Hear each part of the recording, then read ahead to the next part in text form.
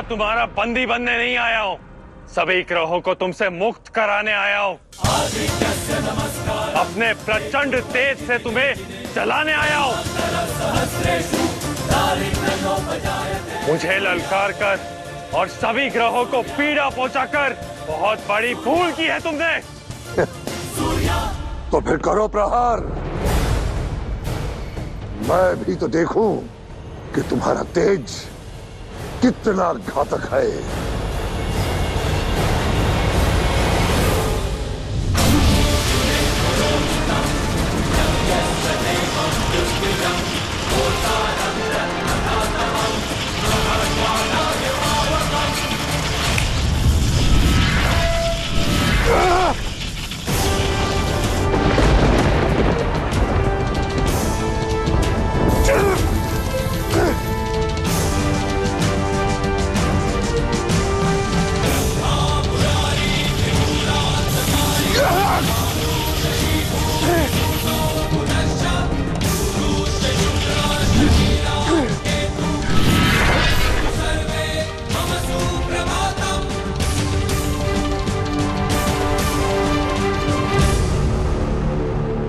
शनिदेव केवल सूर्य पुत्र ही नहीं,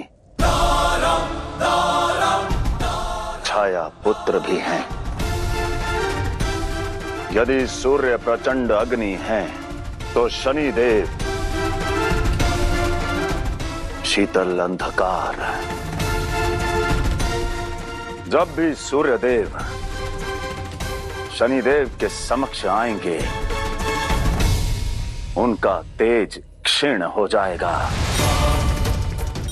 इसी कारण अब सूर्यदेव इस युद्ध पर अपना ध्यान केंद्रित नहीं कर पाएंगे देवी पार्वती, क्योंकि अपने ही पुत्र की उपस्थिति मात्र से बिना किसी प्रहार किए सूर्यदेव दुर्बल होते जाएंगे। देव गुरु बृहस्पति का मेरे ग्रह मंडल में स्वागत है।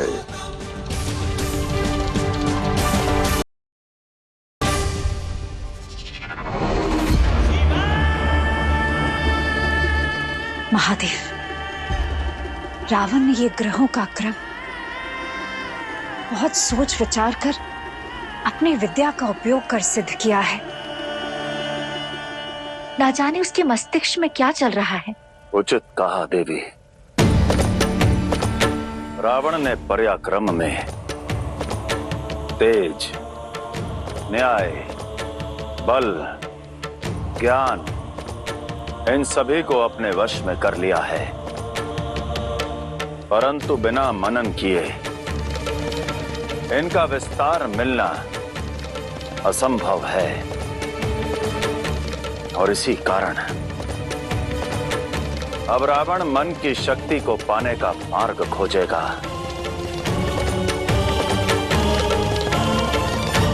हे चंद्रदेव, सज्ज हो जाओ मेरे ग्रह मंडल की शोभा बढ़ाने के लिए, शोभा बढ़ाने के लिए, शोभा बढ़ाने के लिए।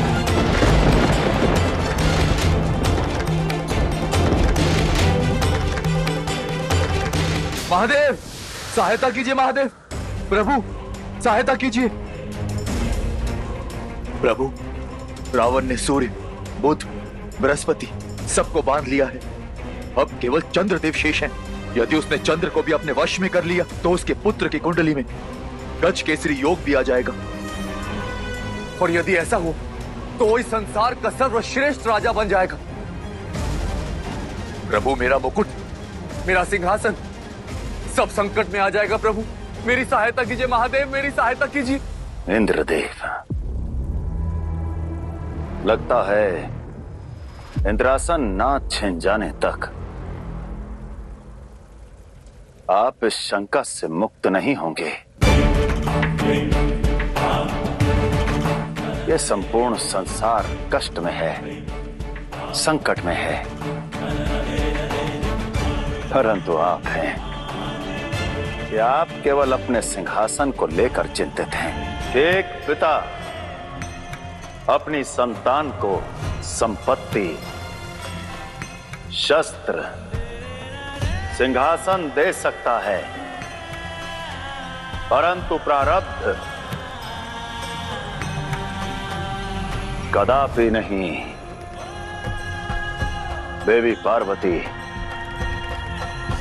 हर ग्रह का अपना व्यक्तित्व होता है, अपना अस्तित्व होता है, और उस व्यक्तित्व के पीछे होता है संघर्ष।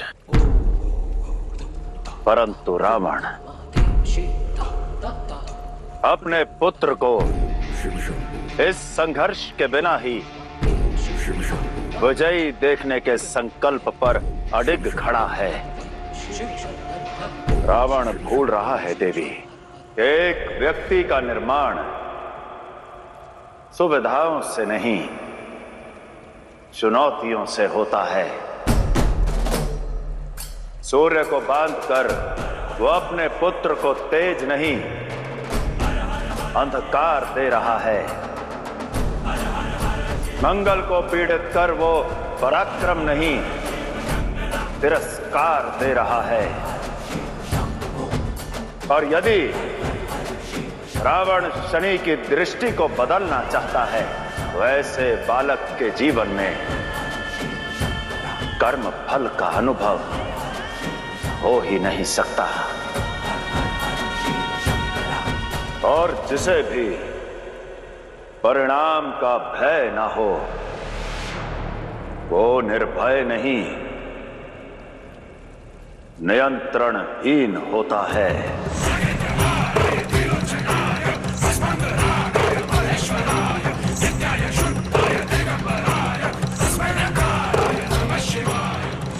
कर्म फल के दाता, चलो अपना कर्म करो। आओ अपना स्थान ग्रहण करो।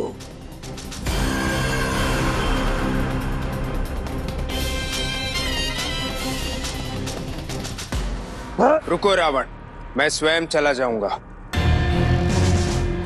आज समय तुम्हारे साथ है, किंतु सदा चले मन भी है। इस सत्य को स्मरण रखना।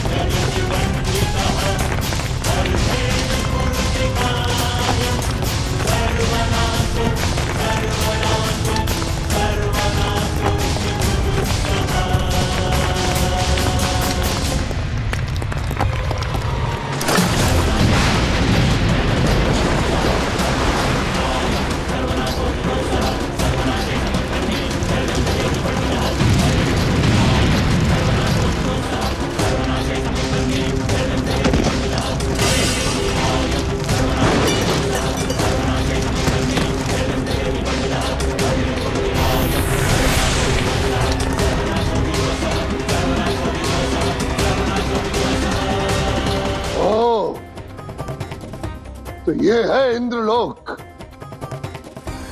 जितनी ख्याति सुनी थी वैसा तो बिल्कुल भी नहीं है। मेरे स्वर्ण महल के आगे ये तुच्छ है।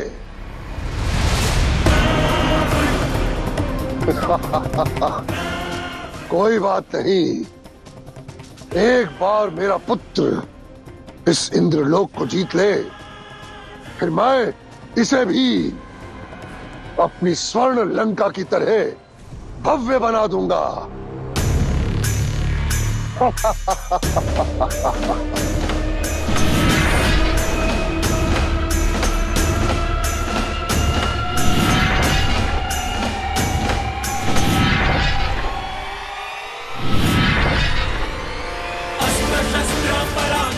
देवतागण, आक्रमण, आक्रमण, आक्रमण।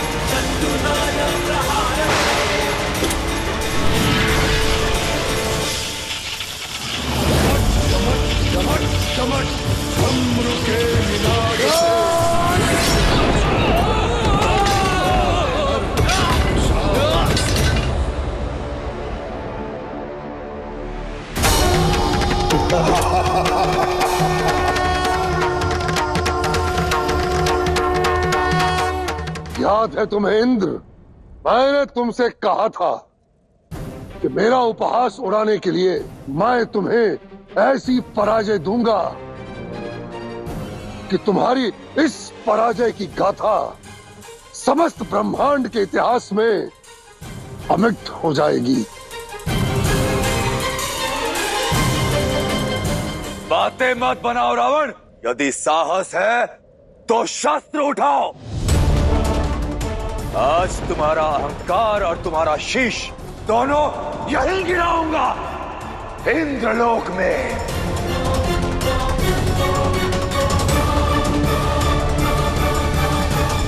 ओ मूढ़मति इंद्र, 10 शीशों की बलि चढ़ाने वाले को शीश काटने की चेतावनी दे रहे हो,